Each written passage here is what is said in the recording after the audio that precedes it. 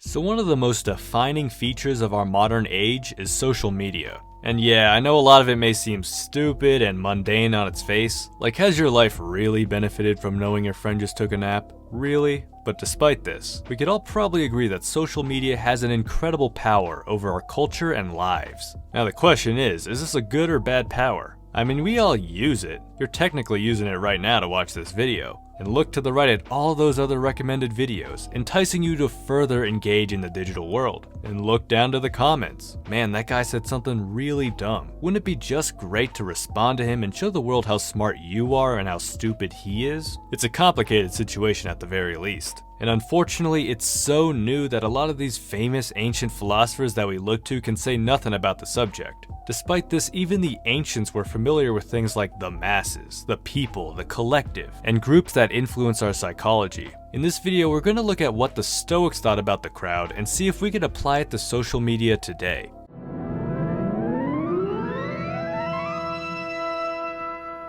So which philosopher Pokemon are we choosing today? We're gonna go with Seneca in his letter On Crowds, part of his collection of letters he wrote to his friend Lucilius. Side note, can you imagine if you have a friend and instead of texting them like normal, they send you these giant ass essays on different subjects? So Seneca thankfully starts the letter with his overall conclusion, making it easier for us readers to know where the rest of the text is going. So thank you, Seneca, for being one of the few philosophers that care about your readers. Do you ask me what you should regard as especially to be avoided? I say crowds, for as yet you cannot trust yourself to them with safety. Now by crowd, Seneca doesn't mean the physical consequences of large groups of people. Like, he's not bothered by waiting in line or getting bumped into or lost in a sea of people. He's obviously more skeptical of the psychological effect that a crowd can have, going so far as to even admit that he returns home different than how he left after being with a crowd. Alright, but arguably, if we're pulling a Heraclitus here, no one returns home the same person. We're gonna be influenced and changed by the outside in some way. But I think we'd all be cool if we were changed in a good way, right? Like, let's say you go outside and someone's about to be hit by a car but you rush in and save them. That's probably a better experience for you than, I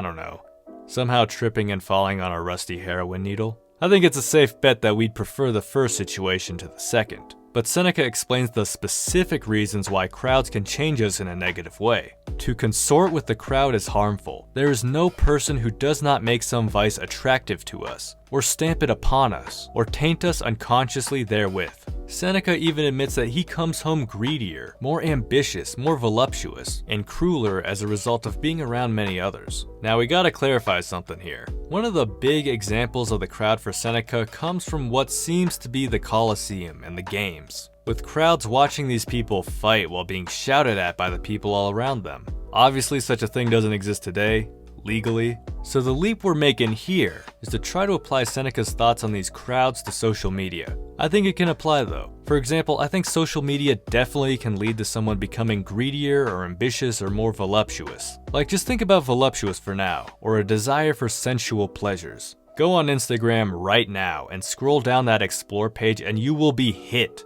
with baddie after baddie, each with that perfect Photoshop tune that makes them look extra attractive. Back in the day, you could only see such attractive people through chance encounters in real life, but now they're everywhere. I forgot where I heard this, but I remember someone saying anyone with a cell phone today will see more attractive, sexually situated people in a week than a king or an emperor back then in their entire lifetime. So with all these filtered, perfectly enhanced images flooding our feeds, it's not a leap to assume that the desire for sensual pleasures is going to be on the increase for someone exposed to that. I mean, we even got a term for these images, thirst traps, that are specifically designed to get you hooked. That's the voluptuous side of things. But the same is true for greed and ambition, because social media is not real life. People will filter out the boring parts of their lives and only post what's fun, exciting, and attractive. It's a big, subtle attempt to one-up one another in terms of quality of life experiences. What does this look like? Travel, expensive houses, bougie food, concerts, new clothes, and just cool, exclusive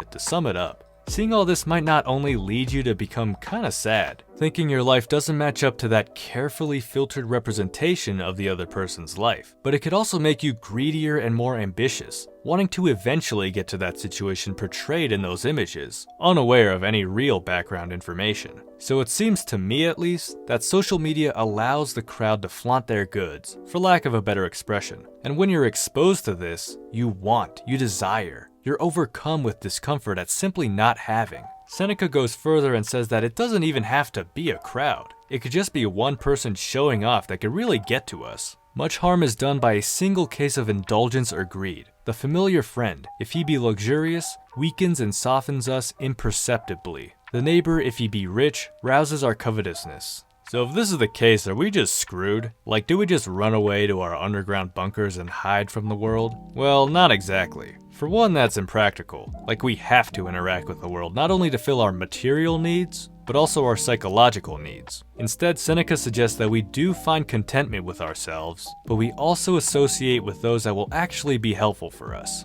Withdraw into yourself, as far as you can. Associate with those who will make a better man of you.